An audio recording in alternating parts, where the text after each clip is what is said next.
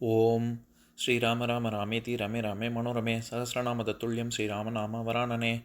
உலகம் யாவையும் தாமுழா வாக்கலும் நிலைபெறுத்தலும் நீக்கலும் நீங்களா அழகிலா விளையாட்டுடையார் அவர் தலைவர் அன்னவர் சரண் நாங்களே. எத்திர எத்திர ரகுநாத கீர்த்தனம் தத்திர தத்திர கிருத்தமாஸ்தகாஞ்சலிம் வாஷ்பவாரி பரிபூர்ணலோச்சனம் மாருதிம் நமது ராட்சசாந்தகம். அஞ்சிலே ஒன்று பெற்றான் அஞ்சிலே ஒன்றை தாவி அஞ்சிலே ஒன்று ஆறாக ஆரியர்க்காக ஏகி அஞ்சிலே ஒன்று பெற்ற அணங்கை கண்டு அயலாரூரில் அஞ்சிலே ஒன்றை வைத்தான் அவன் எம்மை அழித்துக் காப்பான். இன்னைக்கு நம்ம கம்பராமாயணத்துல பாலகாண்டத்துல கார்முக படலத்துல 58வது பாடல் பார்க்க போறோம். கயரத துரகமா கடலன் கல்வியன் தயரதன் எனும் பெயர் தனி செல் நேமியான் புயல் பொழி தடக்கையான் புதல்வன் பூங்கனை மயல்விளை மதனர்க்கும் வடிவு மேன்மையான். இதுதான் பாட்டு. இப்ப நம்ம பதம் பிரிச்சு பொருள் பார்க்கலாம். கயம் ரதம், யானையும் தேரும், துரகம் மாக்கடலன் குதிரையும் ஆகியவற்றை கடல் என படைத்தவனும், கல்வியன் பெருங்கல்வியில் மேம்பட்டவனும், புயல் பொழி தடக்கையான் மேகம் மழை பொழிவது போல் செல்வம் பொழிகின்ற நீண்ட கையை உடையவனுமான, தயரதன் எனும் தசரதன் என்று சொல்லப்படுகின்ற பெயர் தனிச்செல் உலகம் புகழ தனிச்செங்கோல் செலுத்தும் நேமியன் பெருமன்னனின் புதல்வன் மைந்தன், பூங்கனை மயல் விளை மலரம்புகளால் உலகத்தில் மயக்கத்தை உண்டாக்கும் மதனருக்கும் வடிவு மேன்மையான் மன்மதனை காட்டிலும் வடிவழகு மிக்கவன் ஒருவன் இருக்கின்றான். இப்ப நம்ம இந்த பாட்டுல இருக்கக்கூடிய நயங்களை பார்க்கலாம். அதாவது ஒரு வழியாக நீலமாலை தான் மனசுல மகிழ்ச்சிக்கான காரணம் என்ன அப்படிங்கறத சொல்றா. இந்த மாதிரியாக ஒரு அதாவது வில்லு முறிக்கப்பட்டது அப்படிங்கிறது யாரால் முறிக்கப்பட்டது அப்படிங்கறத முதல்ல சொல்லணும்ல. அதனால தசரதனை பத்தி சொல்றா. என்னது? கய ரத துரகமா கடலன். பொதுவாகவே நம்ம ஏற்கனவே பார்த்திருக்கோம் கம்பராமாயண பாடல்லையே, கஜரத துரக பதாதியர்கள் அப்படின்னு சமஸ்கிருதத்துல சொல்லுவாங்க. கஜம்னா யானை, அதை தமிழ் படுத்தி கயம்னு சொல்லலாம். ரதம் அதாவது கயம்ங்கிறது இது யானைப்படை, ரதம் அப்படிங்கிறது தேர்ப்படை, துரகம்ங்கிறது குதிரையோட பேரு, துரகம்னா குதிரைப்படை. அடுத்தது பாதம் பதாதியர்கள், அதாவது பாதம்னா காலாட்படை. இந்த மாதிரியாக 4 படைகள். இங்க குறிப்பாக கய ரத துரகமா கடலன், அதை கடலளவு அந்த படைகளை கொண்டுள்ளவன் அப்படின்னு தசரதனை புகழ்ந்து சொல்றா. 3 தான் காலாட்படையை சொல்லலையே அப்படின்னா இதை 3 பிரதானமாக சொல்லி காலாட்படையும் இதுக்குள்ள அடக்கம். இப்ப பொதுவா இப்ப இந்த காலத்துல இது ஆர்மிக்காரங்க இராணுவத்துல என்னென்ன பிரிவுகள்லாம் இருக்கு, நம்ம பொதுவா மேலோட்டமா என்ன சொல்லுவோம்? ஆர்மி, நேவி, ஏர்போர்ஸ், இப்படி 3 தானே சொல்லுவோம். ஆனா மொத்தம் 3 இருக்கு. எவ்வளவோ பல பல பிரிவுகள் இருக்கு, நமக்கு வெளியில தெரியாது. இப்ப உதாரணத்துக்கு சொல்லணும்னா ஸ்பை நெட்வொர்க்கை உடைக்கிறதுக்கு ரிசர்ச் அண்ட் அனாலிசிஸ் விங் இருக்கு. அதுக்கப்புறமா கவுண்டர் டெரரிசம் ஸ்குவாட் இருக்கு, கமாண்டோஸ் எல்லாம் இருக்காங்க. அந்த ஹாஸ்டேஜ் கிரைசிஸ் எல்லாம் ராணுவத்திலேயே அதுக்கு பயிற்சி கொடுப்பாங்க. ஹாஸ்டேஜ் கிரைசிஸ்ல கமாண்டோஸ் எல்லாம் வருவாங்கல்ல, அந்த பிரிவு இருக்கு.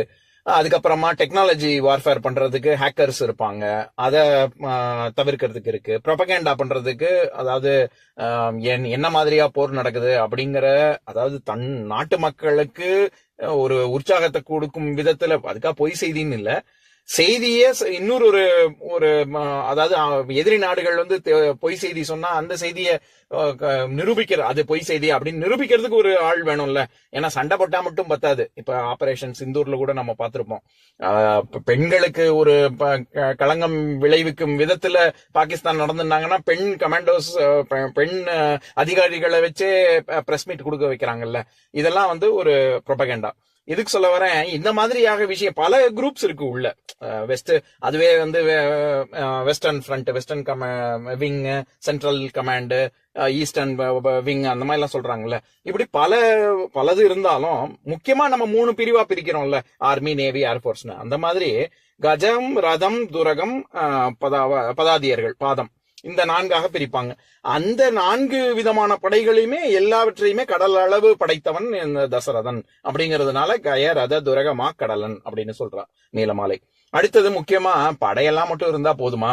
சத்திரியனுக்கு ஒரு சரியான கால நேரத்துல, எந்த காலத்துல எந்த நேரத்துல எப்பேற்பட்ட எதிரியினுடைய வலிமையையும் தன் வலிமையையும் தன்னுடைய நட்பு அந்த நட்பின் வலிமை, இது எல்லாத்தையும் தெரிஞ்சு சண்டை போடணும். அதுக்கு முதல்ல அறிவு வேணும்.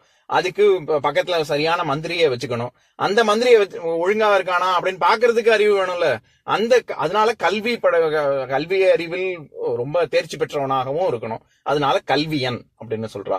அடுத்தது தயரதன் எனும் பெயர் தனி செல் நேமியான். நேமி அப்படிங்கிற சொல்லே நம்ம கம்பராமாயணத்துல பல இடங்கள்ல பார்த்திருக்கோம். அதாவது தேர் சக்கரத்தை குறிக்கும்.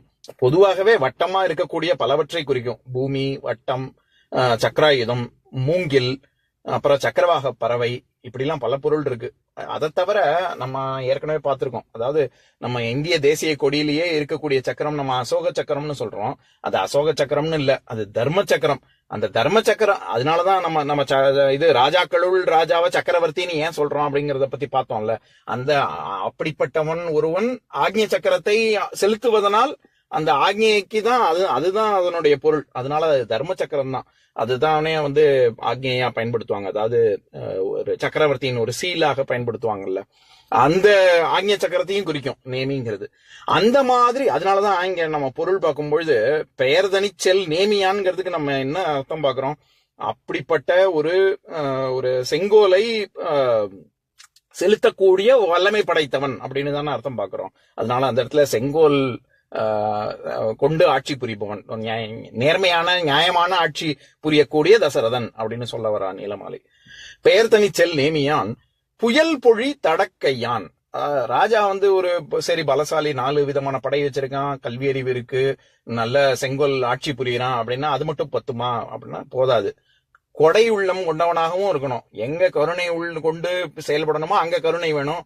எங்க தன்னுடைய வீரத்தை காமிக்கணுமோ அங்க வீரத்தை காமிக்கணும். அதனால புயல் பொழி தடக்கையான் அப்படின்னா, தடக்கை அப்படின்னா நீண்ட நெடிய பெரிய கைகள். என்ன பெரிய கை அப்படின்னா, வாரி வாரி கொடுங்கக்கூடிய ஒரு வள்ளல் தன்மையும் அவனுக்கு இருக்கு. புயல் பொழி, மழை மாதிரி, எப்படி நம்ம தண்ணி மாதிரி செலவழிக்கிறான் அப்படின்னு தண்ணியை தானே உதாரணமா சொல்லுவோம். ரொம்ப ஜாஸ்தி கர்ணன் மாதிரி இருக்கக்கூடியவன தண்ணி மாதிரி செலவழிக்கிறான், காசே தண்ணி மாதிரி செலவழிக்கிறான் அப்படின்னு தானே சொல்லுவோம். அதையே தான் கம்பரும் சொல்றாரு. புயல் பொழி தடக்கையான். எப்படி ஒரு மழை, எந்த ஒரு பிரதி உபகாரமும் எதிர்பார்க்காம தானே மழை பொழியுது. அப்பேற்பட்ட கருணை உள்ளம் கொண்ட தசரதன். அவனுடைய புதல்வன் பூங்கனை. சரி, அடுத்தது இதெல்லாம் சொல்லியாச்சு, தசரதனுடைய பிள்ளை ராமன் தான் அப்படின்னு.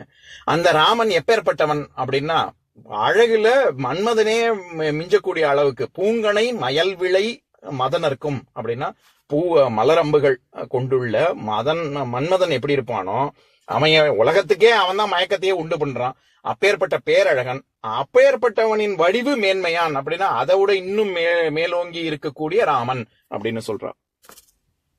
இந்த இடத்துல நம்ம ஒண்ணு புரிஞ்சுக்கணும். அதாவது சீதை அங்க 3 பேரை பார்த்தா, மேல் மாடத்துல இருந்து விஸ்வாமித்ரன் ராமலட்சுமணர்கள் போகும்பொழுது பார்த்தா, அதுல ராமன் மேல் இவள் மையல் கொண்டாளுங்கிறதெல்லாம் நீலமாலைக்கு தெரியாது. இன்னும் அவனாதான் இருக்குமோன்னு தான் நினைச்சுக்கிட்டு இருக்கா. ராமன் தான் பார்த்த ஆள் தான் அப்படிங்கறதே இனிமேதான் சீதைக்கு தெரிய போகுது. இப்போ வரைக்கும் தெரியாது. ஏன்னா தசரதனுடைய பிள்ளை யார் வேணாலும் இருக்கலாம்ல. ராமன் இருக்கலாம், லக்ஷ்மணன் இருக்கான். வந்து போனவர்கள் தசரதனுடைய பிள்ளைகள் தான். அதாவது மேல் மாடத்துல இருந்து பார்த்த பொழுது அவங்களதான் பார்த்தாங்கன்னு இப்படி தெரியாது இல்ல. அடுத்து இனிமே சொல்ல போறா நீலமாலை. சொல்லக்கூடிய குறிப்புகளை வைத்து நம்ம பார்த்தவர் தான் இவரு அப்படின்னு மனசாந்தி அடைவாள் சீதை. அது இனிவரும் பாடல்கள்ல பார்க்க போறோம். இப்ப நான் பாட்டை இன்னொரு தடவை படிக்கிறேன், கேளுங்க. கயரத துரகமா கடலன் கல்வியன் தயரதன் எனும் பெயர்த்தனிச்செல் நேமியான் புயல் பொழி தடக்கையான் புதல்வன் பூங்கனை மயல் விளை மதனர்க்கும் வடிவு மேன்மையான். இன்னொரு நாள் இன்னொரு பாட்டு பார்க்கலாம். ஓம் शान्ताकारं भुजगशयनं पद्मनाभं सुरेशं विश्वाधारं गगनसदृशं मेघवर्णं शुभाङ्गं लक्ष्मीकान्तं कमलनयनं योगिहृद्यानगम्यं वन्दे विष्णुं भवभयहरं सर्वलोकैकनाथम्. உம்பரோடு இம்பர்காரும் உலகம் ஓர் ஏழும் ஏழும் எம்பெருமான் என்று ஏத்தி இறைஞ்சி நின்று ஏவல் செய்ய தம்பியரோடும் தானும் தருமமும் தரணி காத்தான் அம்பரத்து அனந்தர் நீங்கி அயோத்தியில் வந்த வள்ளல். ஓம் பூர்ணமதः பூர்ணமிதம் பூர்ணாத் பூர்ணமுதஸ்யதே பூர்ணஸ்ய பூர்ணமாதாய பூர்ணமேவாவசிஷ்யதே. ஓம் சாந்தி சாந்தி சாந்திः. ஓம் சர்வேஷாம் ஸ்வஸ்திர்பவது சர்வேஷாம் சாந்திர்பவது சர்வேஷாம் பூர்ணம் பவது சர்வேஷாம் மங்களம் பவது. ஓம் சாந்தி சாந்தி சாந்தி. ஓம் சர்வே பவந்து சுகினः சர்வே சந்து நிராமயாः சர்வே பத்ராணி பஷ்யந்து மா கஷ்சித் துக்கபாக் பவேத். ஓம் சாந்தி சாந்தி சாந்தி.